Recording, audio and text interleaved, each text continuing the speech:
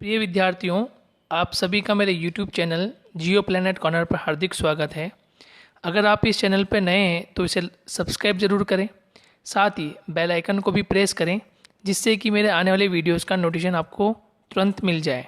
और यदि आपको वीडियोस पसंद आए तो इसे लाइक एंड शेयर करना ना भूलें। नमस्कार दोस्तों, आज हम भूगोल की सीरीज़ में कक्षा 10 के लिए महत्वपूर्ण और विभिन्न एग्ज़ाम्स के लिए जल संसाधन वाटर रिसोर्स टॉपिक को पढ़ने जा रहे हैं। बोर्ड एग्जामिनेशन में यहाँ से किस प्रकार से प्रश्न पूछे जाते हैं, हम उसकी भी चर्चा करेंगे। ये जो पाठ्य पुस्तक है ये गत वर्ष की माध्यमिक शिक्षा बोर्ड की पाठ्य पुस्तक है और इसी पाठ्य पुस्तक से प्रश्न किस प्रकार से पूछे जाते हैं हम उनकी चर्चा करेंगे। देखिए दोस्तों, परिचय की बात करें तो महत्वपूर्ण प्रश्न किस प्रकार से पूछे जाते हैं वो मैं आपको बताऊंगा। महत्वपूर्ण बिंदु मैं आपको बताऊंगा, वो आपको नोट्स के रूप में नोट करने हैं। प्रश्न बताऊंगा, प्रश्न किस प्रकार से बनते हैं वो आपको नोट करने हैं और किस प्रकार से आप बोर्ड लेवल की अच्छे से तैयारी कर सकते हैं। देखिए दोस्तों, जल प्रकृति की अनुपम देन है जो कि पृथ्वी पर समस्त क्रियाओं को गति प्रदान करता है। पृथ्वी के धरातल पर 71% जल और 29% स्थल भाग है। ये महत्वपूर्ण है, इसको आप अंडरलाइन कर सकते हैं या नोट्स फॉर्म में लिख सकते हैं कि पृथ्वी पर 71% भाग पर जल है और 29% भाग पर क्या है, स्थल भाग है। इस जल का 97% भाग महासागरों में खारे पानी के रूप में है, यानी कि जो 70% महासागरों के रूप में या जल के रूप में जो जल राशि है उसका 97% जो भाग है, 97% जो भाग है वो महासागरों में खारे पानी के रूप में है, जबकि शेष 3% जो भाग जल है वो केवल उपयोग हेतु है। तो ये महत्वपूर्ण है कि इस पूरी पृथ्वी पर, इस पूरे धरातल पर 71% भाग पर जल है और 29% भाग पर क्या है, स्थल मंडल या स्थल भूभाग। उसमें से जल का प्रतिशत देखें तो उस जल में से 97% तो महासागरों का जल है, ठीक है, जबकि शेष 3% जल जो है वो उपयोग हेतु है। तो 97% तो खारा जल है, तो हमें पीने योग्य जल कितना है, 3%। और जल संसाधन इसलिए पढ़ रहे हैं क्योंकि भविष्य में और या फिर हम बात करें वर्तमान में तो जल ही एक महत्वपूर्ण स्रोत है जिसके लिए हमें हर परिस्थिति से गुजरना पड़ेगा, उसको संरक्षण देना पड़ेगा।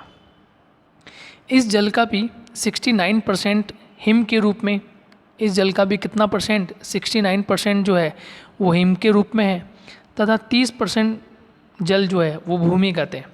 30% कैसा है, भूमिगत है। तो कुल मिलाकर कितना हो गया, 99%। तो 69 तो कैसा है, हिम के रूप में, 69 कैसा है, हिम के रूप में, और 30% कैसा है, भूमिगत रूप में, ठीक है, भूमिगत रूप में पाया जाता है। जबकि शेष 1% जल का उपयोग मानव के पेयजल के रूप में, सिंचाई के रूप में तथा आर्थिक क्रियाओं के लिए किया जाता है। तो देखिए कितना महत्वपूर्ण है जल हमारे लिए। केवल पीने योग्य यदि हम देखें, संपूर्ण रूप से सिंचाई योग्य देखें, आर्थिक क्रियाओं के लिए देखें तो केवल 1% जल, केवल दोस्तों 1% जल ही हमारे लिए महत्वपूर्ण है। इसलिए जल कितना महत्वपूर्ण है ये हर वर्ष हम बताते हैं। हर वर्ष सरकार के द्वारा ये बताया जाता है कि जल का दुरुपयोग ना करें। जल का जितना आप दुरुपयोग रोकेंगे उतना ही जल संरक्षित किया जा सकता है।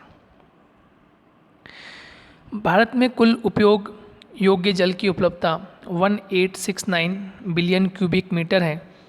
इसमें से केवल 1123 बिलियन क्यूबिक मीटर ही जल का उपयोग किया जाता है।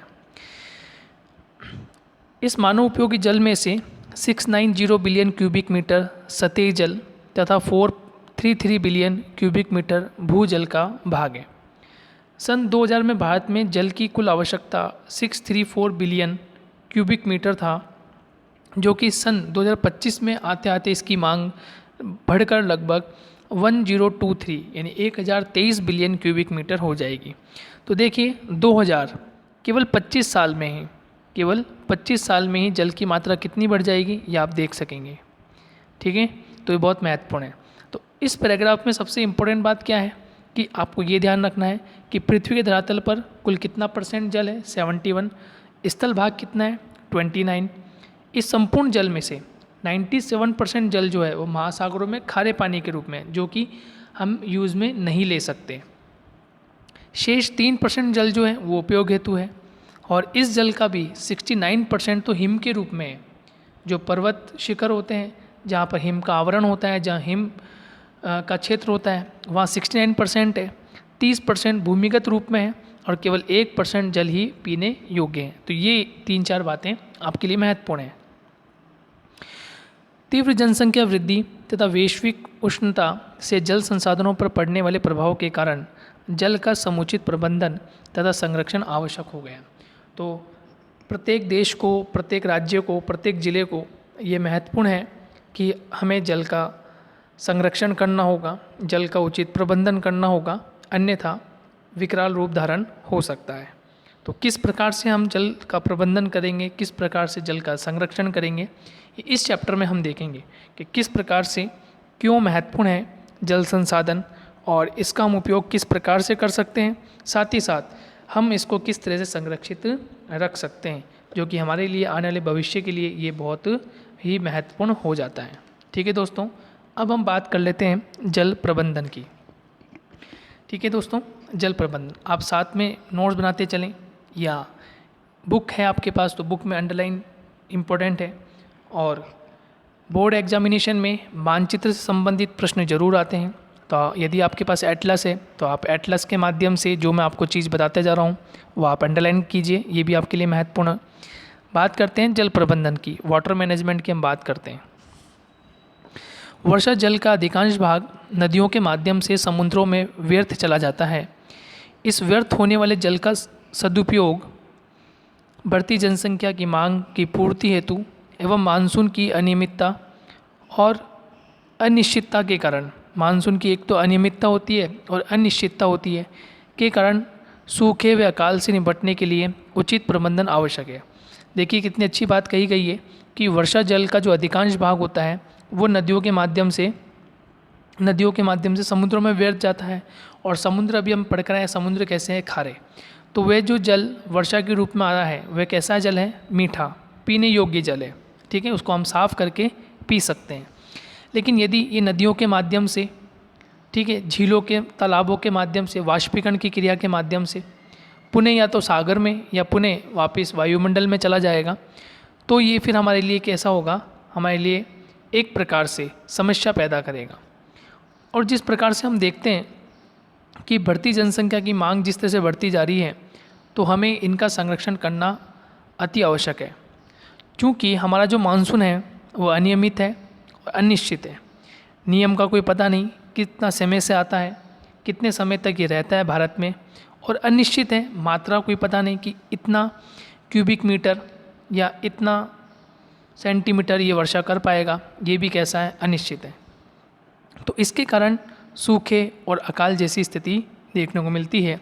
इसलिए हमें उचित प्रबंधन, जल का तो उचित प्रबंधन हमें करना आवश्यक है। साथ ही साथ इसके अलावा चाहे वो कृषि कार्य हो, औद्योगिक कार्य हो, या हमारी आर्थिक नीतियों को हम बात करें तो उनका भी हमें उचित प्रबंधन तो करना ही है। लेकिन सबसे सर्वप्रमुख महत्वपूर्ण बात क्या है कि जल का प्रबंधन हम कैसे कर सकते हैं, क्योंकि कृषि जो आधारित है वो जल पर ही है, सिंचाई पर आधारित है। यदि सिंचाई नहीं होगी तो कृषि कार्य संभव नहीं हो सकता।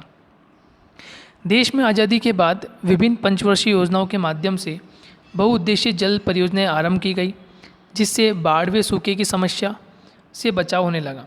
देखिए दोस्तों, बहुउद्देशीय परियोजनाएं, यहाँ एक चर्चा हुई है कि पंचवर्षीय योजनाएं प्रत्येक 5 वर्ष बाद, प्रत्येक 5-5 वर्ष के अंतराल में पंचवर्षीय योजनाएं आती हैं, और उन पंचवर्षीय योजनाओं में हम बहुउद्देशीय जल परियोजनाओं की चर्चा करते हैं।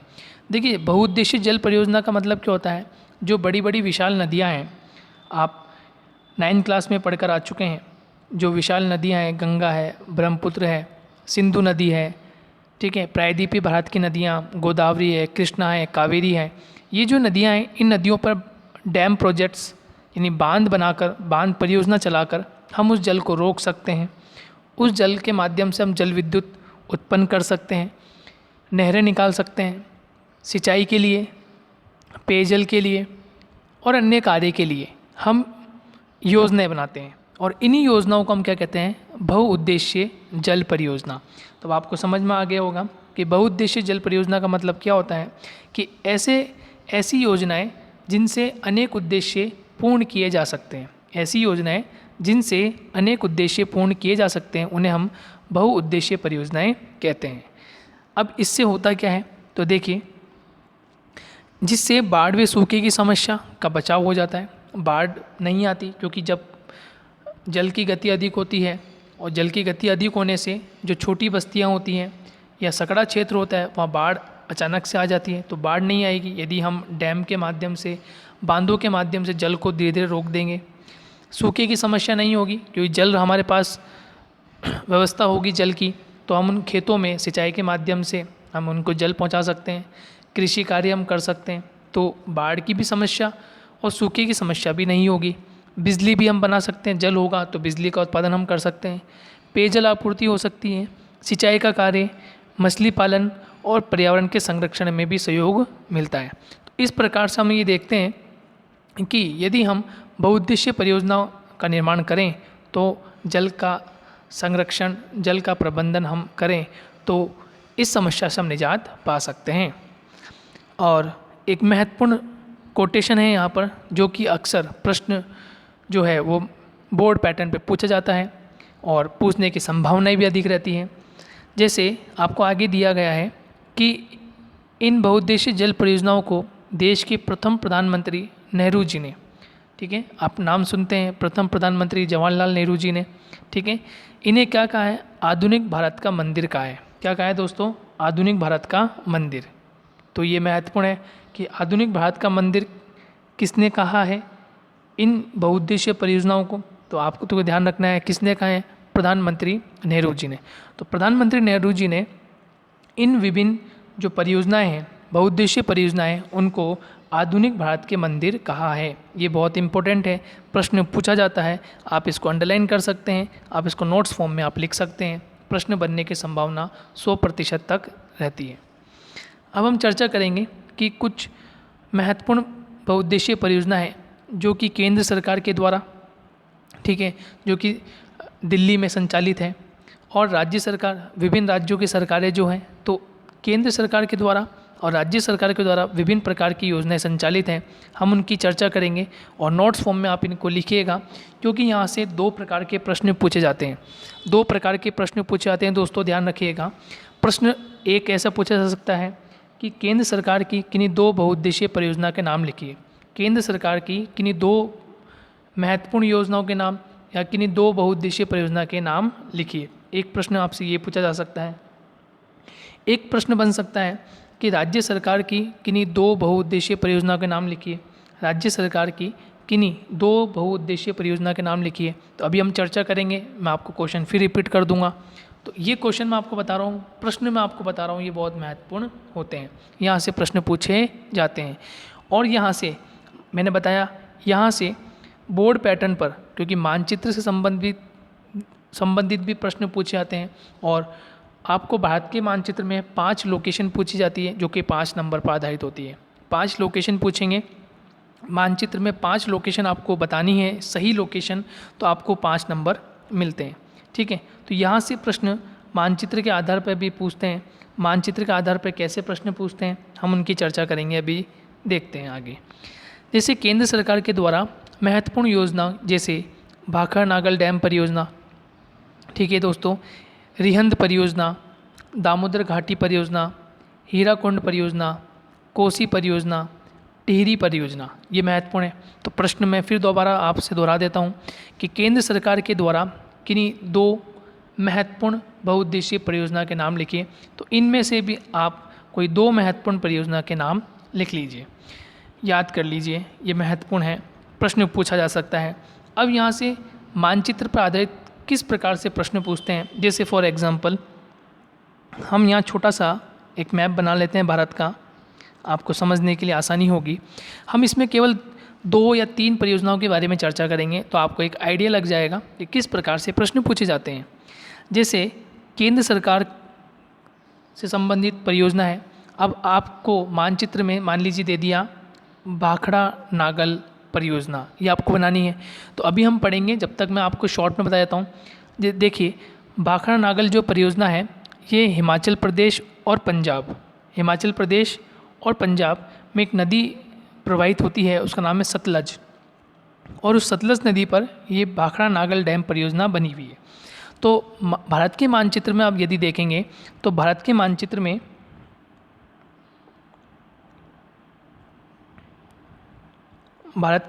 में ये पंजाब और ये हिमाचल प्रदेश का रीजन है। तो यहाँ पर आप इस तरह से भाखड़ा नागल डैम परियोजना को बना सकते हैं। तो ये आप पता होगा जब आप इसको मैप में लोकेट कर चुके होंगे, मैप में आप इसको दर्शा चुके होंगे, तब आपकी समझ में आएगा। उसके बाद जैसे एक नाम लिया हमने, जैसे दामोदर घाटी परियोजना। अब दामोदर घाटी परियोजना का जो संबंध है वो पश्चिम बंगाल से है। तो आपको मैप की नॉलेज होनी चाहिए कि पश्चिम बंगाल, जैसे मान लीजिए यहाँ स्थित है पश्चिम बंगाल में यहाँ स्थित है मान लीजिए दामोदर घाटी परियोजना, ये पश्चिम बंगाल, तो हम इसको ऐसे दर्शा सकते हैं। ठीक है, आपको समझ में आया। अब जैसे एक परियोजना का हम बात करें, हीराकुंड परियोजना। अब हीराकुंड परियोजना जो कि महानदी पर स्थित है, ये उड़ीसा राज्य में है। कौन से राज्य में दोस्तों? उड़ीसा राज्य में। अब उड़ीसा राज्य यहाँ पर है, तो आप इसको ऐसे दर्शा सकते हैं। तो कहने का मतलब प्रश्न किसी भी प्रकार से आपसे पूछा जा सकता है। ठीक है दोस्तों, अब देखिए नेक्स्ट हम बात करते हैं, तो हम बात करते हैं राज्य सरकार के माध्यम से। राज्य सरकार जो है उनके माध्यम से भी विभिन्न प्रकार की परियोजनाएं संचालित हैं। तो ये भी आपसे मानचित्र में प्रश्न पूछा जा सकता है। देखिए राज्य सरकार के माध्यम से चंबल परियोजना जो कि मध्य प्रदेश और राजस्थान में चंबल नदी पर स्थित है। नागार्जुन सागर परियोजना जो कि आंध्र प्रदेश में स्थित है। तुंगभद्रा परियोजना ये आंध्र प्रदेश और कर्नाटक राज्य में स्थित है। ठीक है, तो आपको इसको ऐसे ही याद करना है कि चंबल परियोजना किन 2 राज्यों के मध्य, नागार्जुन सागर परियोजना किन 2 राज्यों के मध्य, तुंगभद्रा। तो इनमें से 2 महत्वपूर्ण कोई सी भी जो आपको याद हो जाए, जैसे चंबल परियोजना आपको याद हो सकती है, नागार्जुन सागर परियोजना ये आपको याद हो सकती है। ठीक है दोस्तों, सरदार सरोवर परियोजना ये गुजरात, मध्य प्रदेश और राजस्थान की संयुक्त परियोजना है। इसी प्रकार से माही परियोजना जो कि गुजरात और राजस्थान की महत्वपूर्ण परियोजना है। इस प्रकार से यहाँ से प्रश्न पूछे जाते हैं। तो ऐसे प्रश्न पूछेगा, राज्य सरकार की किन्हीं 2 बहुउद्देशीय परियोजना के बारे में चर्चा कीजिए, 2 परियोजनाओं के बारे में बताइए, या केंद्र सरकार की किन्हीं 2 बहुउद्देशीय परियोजनाओं के बारे में लिखिए। ठीक है, तो ये प्रश्न पूछने की संभावनाएं काफ़ी अधिक होती है। तो अभी तक हमने इस चैप्टर में महत्वपूर्ण पहले बात की कि इसके परिचय की, कि जल संसाधन किस प्रकार से कितना प्रतिशत के आधार पर हमारे पास इस पूरी धरातल पर हमें जल उपलब्ध है, और जल का प्रबंधन करना क्यों आवश्यक है। जल का प्रबंधन बढ़ती जनसंख्या के कारण हमें जल का प्रबंधन करना आवश्यक है। साथ ही साथ जल जो है, जल का संरक्षण जो होता है वो विभिन्न बहुउद्देशीय परियोजनाओं के माध्यम से पूरा किया जा सकता है, और ये बाढ़ व सूखे की समस्याएं, बिजली, पेयजल आपूर्ति, सिंचाई, मछली पालन जैसी जो विभिन्न क्रियाकलाप हैं, विभिन्न समस्याएं जो हैं उससे भी निजात दिलाता है। और एक इम्पोर्टेंट हमने पढ़ा कि भारत के या देश के प्रथम प्रधानमंत्री नेहरू जी द्वारा इन्हें आधुनिक भारत का मंदिर कहा गया है। और लास्ट हमने केंद्र सरकार और राज्य सरकार की कुछ महत्वपूर्ण परियोजना की हमने चर्चा कर ली है, और यहाँ से प्रश्न डायरेक्टली पूछा जाता है, ये भी हमने चर्चा कर ली है। नेक्स्ट लेक्चर में दोस्तों हम मिलेंगे भाखड़ा नागल डैम परियोजना के साथ में, और देखेंगे कि वहाँ से किस प्रकार से प्रश्न आपसे पूछे जाते हैं। तो बैक टू बैक आप लेक्चर्स देखते रहिए।